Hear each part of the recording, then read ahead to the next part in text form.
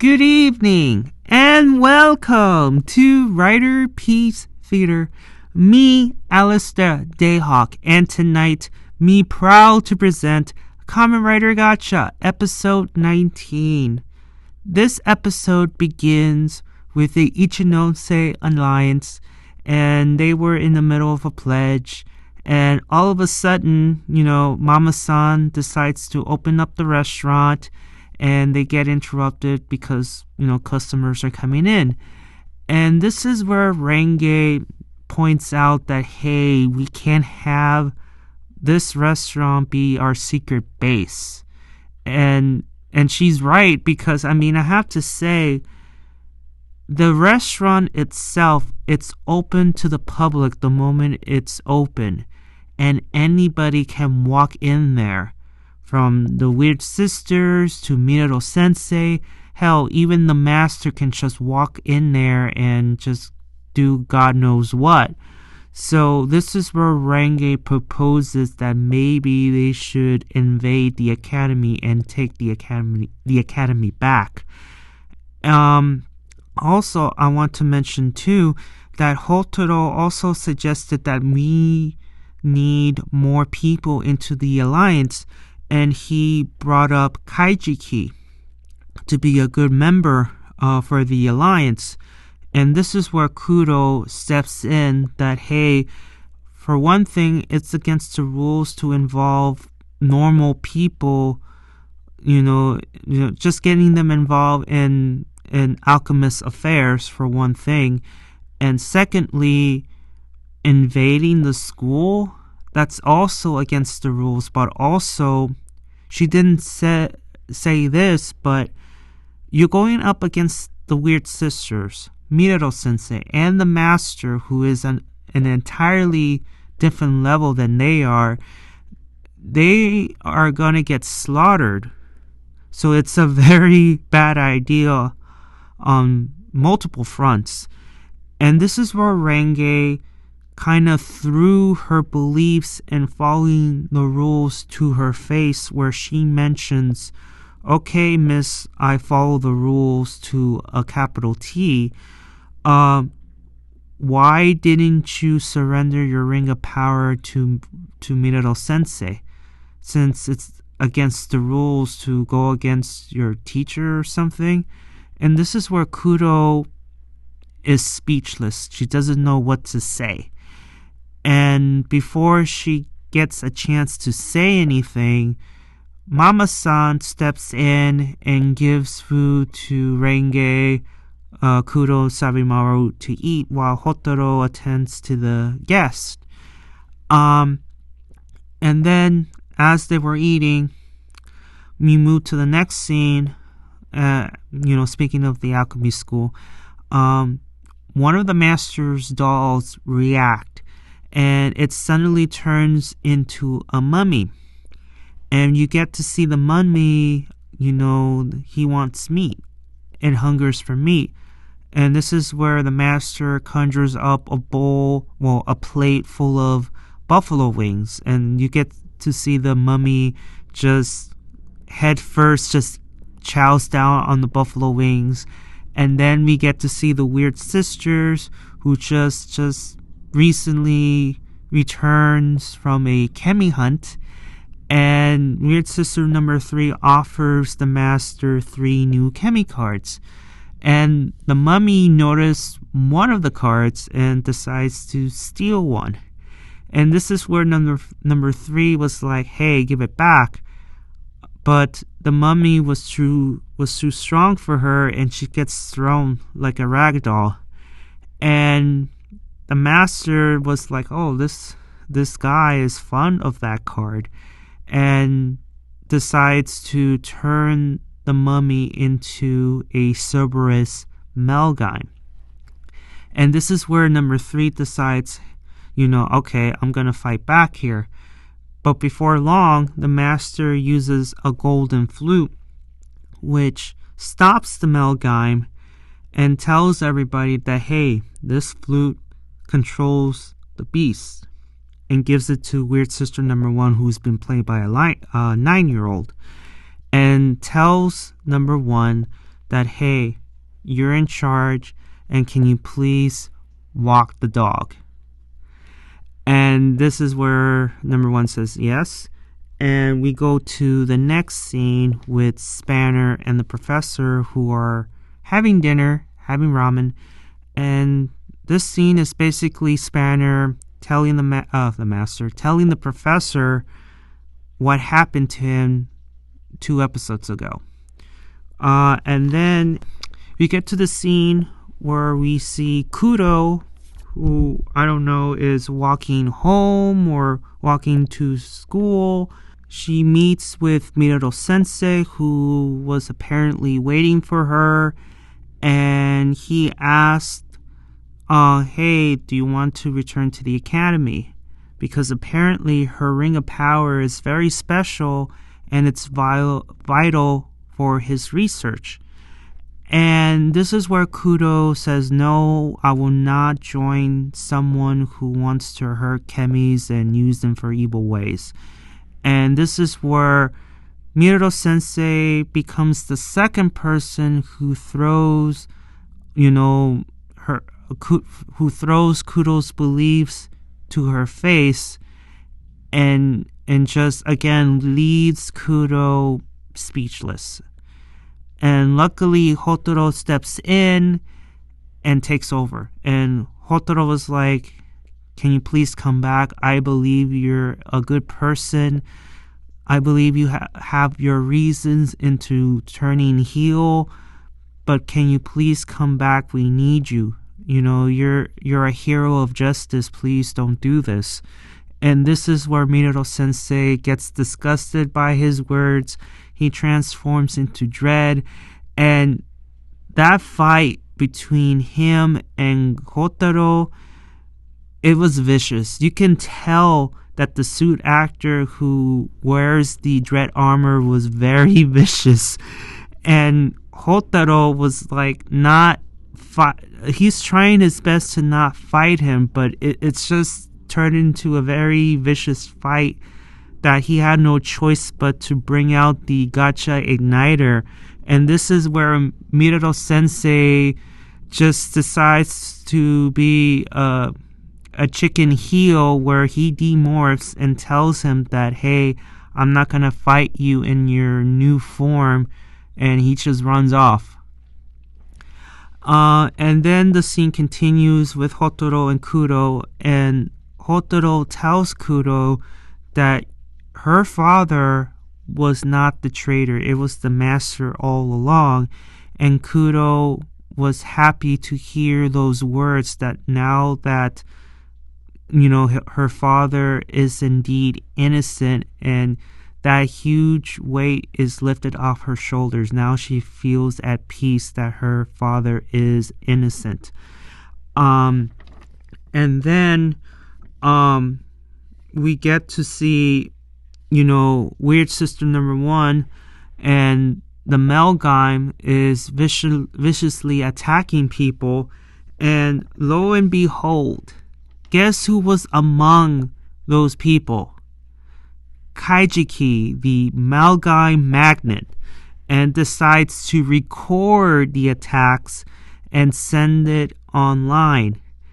And this is where Renge and Sabrimaru, looks at the computer and sees this recording and decides to call Hotaro.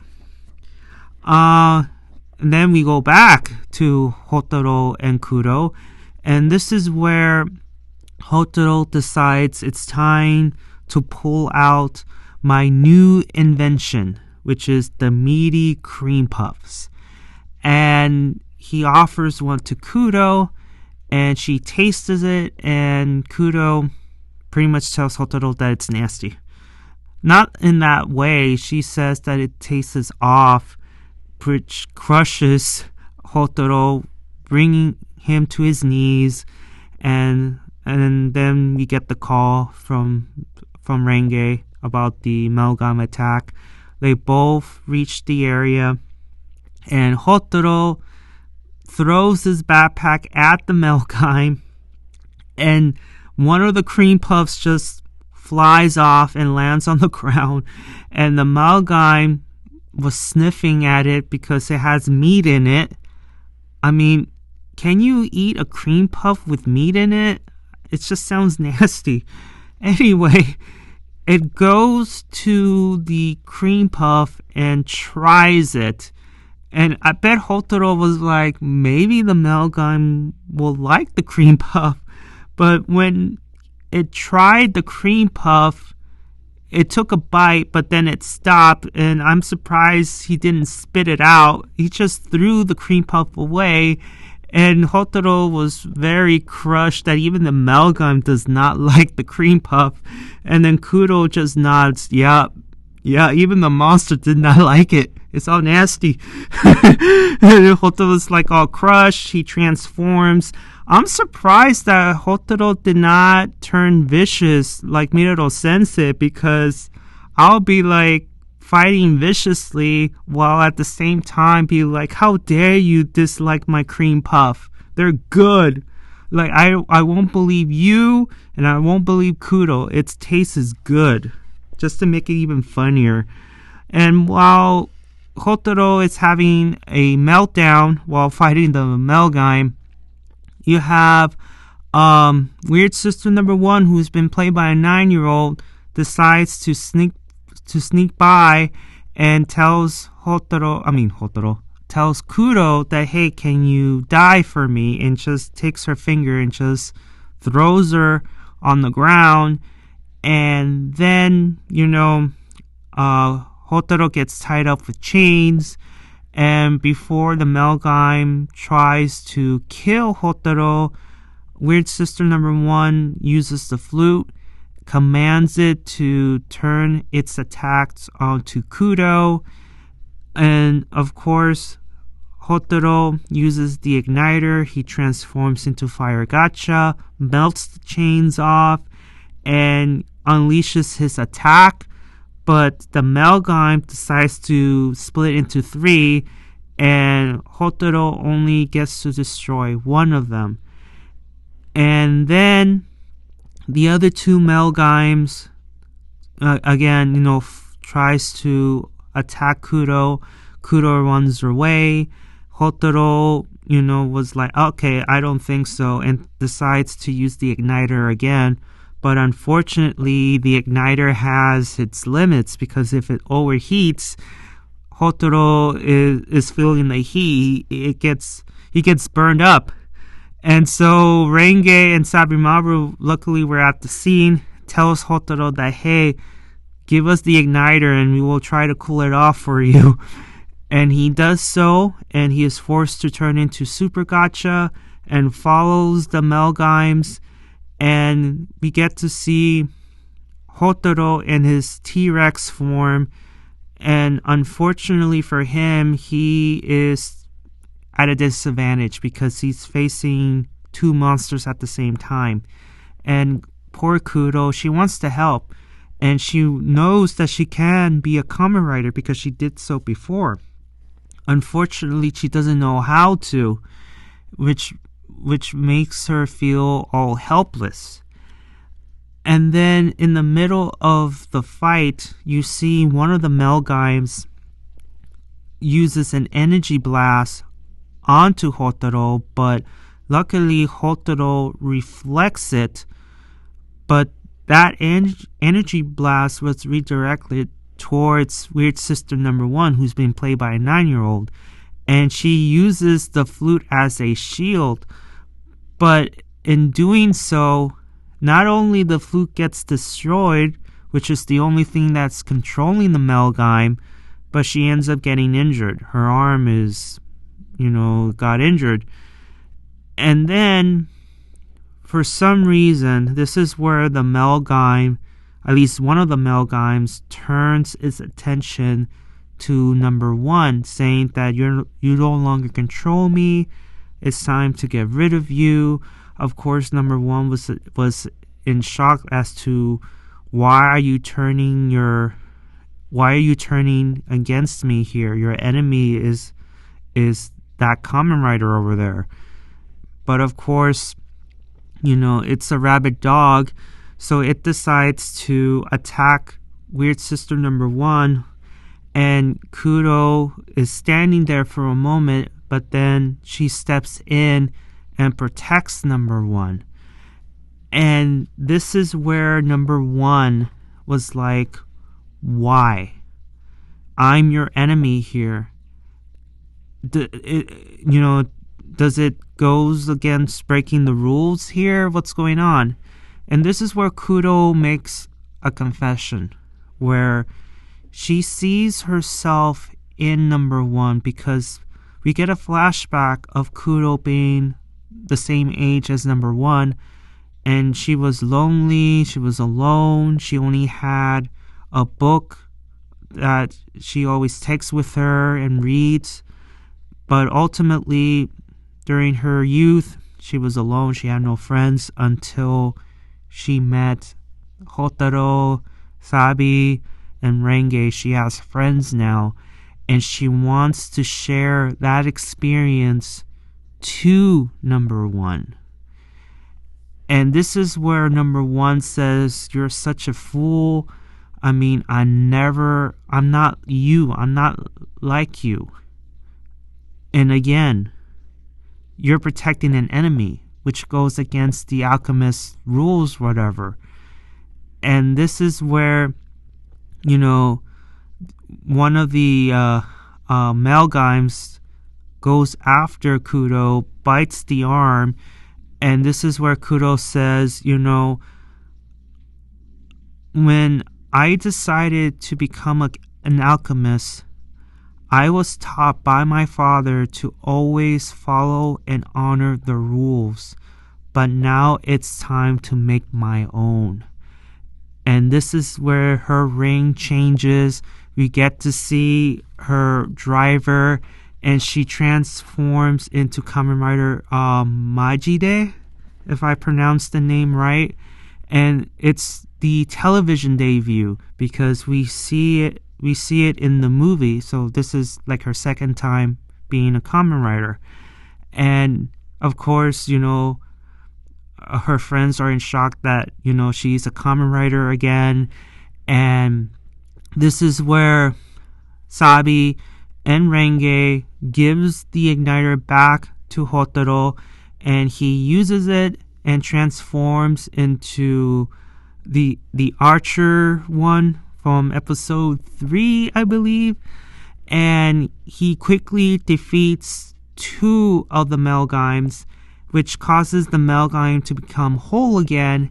And this is where Kudo finishes the melgam off and rescues the Kemi, capturing it. And then, before she demorphs, she heals number one. And this is where number one goes on a "you live to regret this" moment. She disappears. Kudo demorphs, and you can tell on the look on her face, like, she's disappointed. All the while, you see Spanner and the professor just witnessing everything. And this is where Spanner gets all sad that now that Kudo is a Kamen Rider, he is missing out, because Kudo found her own path, and all that's left is Spanner, which doesn't know what path he should take, and he disappears while the professor was like, maybe we should take her driver as well and do research on it. What do you think? And yeah, the professor was left hanging. And then we go back to the academy. The master goes to number one and he apologizes. It was never his intention for her to get hurt. I'm happy that you're safe and healed. All the while, you see number two in the back just giving off that weird, jealous face. And then we get to see Kudo with Minato Sensei again. And again, Minato Sensei tells her he wants her back into the academy. And this is where Kudo once again tells him no. And Minato Sensei realizes that she's on a different path now. And the next time they both meet, he's going to take that ring. And he goes away. And then we get to the final scene where Kudo decides that, hey, when are we going to invade the academy? All three of the kids were in shock because the old Kudo will never agree to it because it goes against the rules. And then Mama-san steps in, gives him a box full of sweets, and all three of them were like eyeing the fruitcake. But then Kudo steps in and calls dibs on it, and Kudo was like, "Well, I should be the one who be the first one to take a sweet because I'm the one who rescued the Kemi and destroyed the melgam, so I have first dibs." And Sabi was like, "Since when that was a rule?" And you see Kudo just eats the cake right in front of them, and the kids was like, "Oh no!" And Kudo tells him at the very end that, "Hey, remember, I'm making my own rules now," and finishes off the cake, and that's the end of the episode, guys. I mean, I have to say, this episode has a good moral to it, which is, it's important to follow the rules, yes, but sometimes you have to bend the rules in order to do the right thing. What Kudo did by protecting number one was the right thing to do. And to see her be set free and to set her own rules, her own beliefs, causes her, to become a Kamen Rider again and realize that, hey, doing the right thing is, you sometimes have to break the rules in order to make the right decisions. Because can you imagine if she indeed gave up her ring for the sake of not breaking the rules? That would have been disastrous. And no one likes a person who is going to micromanage someone like, hey, you cannot do this because it goes against the rules. Or, hey, you need to approach me and ask me, is this appropriate? Does it go against the rules if I do it this way? No one likes that. And Kudo would have had a very hard time, but you could say she saw the light, and it's a great character development for her. And yeah, I think that's it. In the suit itself, it's pretty good. And yeah, I think that is it. Thank you so much for listening, and tell me, have you seen episode 19? Did you like it? Did you dislike it? And have I missed anything? Because even though I have my notes in front of me, I may have missed a couple of things. So please write in the comments below. Give a like if you like it, and please subscribe. And I'll see you all on the other side of Oblivion. Johnny!